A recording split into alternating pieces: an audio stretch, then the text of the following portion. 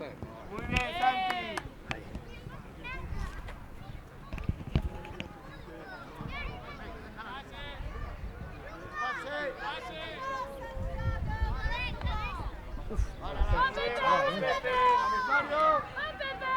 Dale hacia arriba.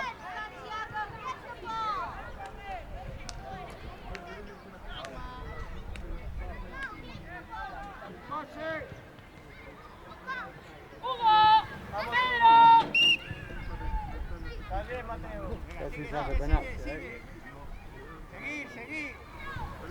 ¿Cómo ves esta temporada? ¿Cómo ves al equipo? Es complicada, llevamos muchos empates ahí, lo tenemos difícil y vamos clasificados Novenos, pero ¿es optimista? Sí, Aún puede quedan ser partidos. que nos podamos salvar y eso.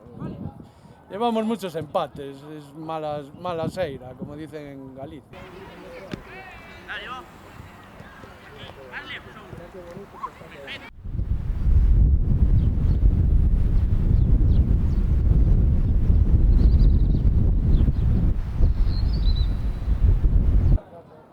Respetar, competir, ganar, Deportivo Ciudad.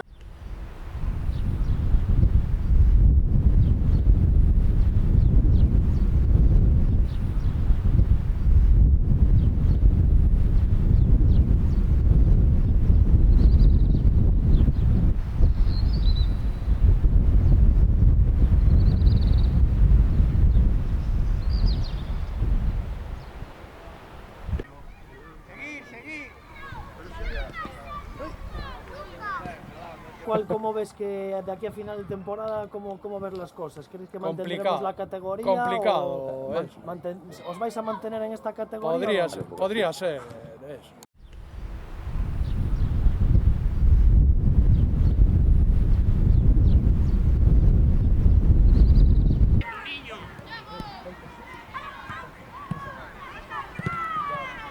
¿Hay esperanzas? Sí, podría.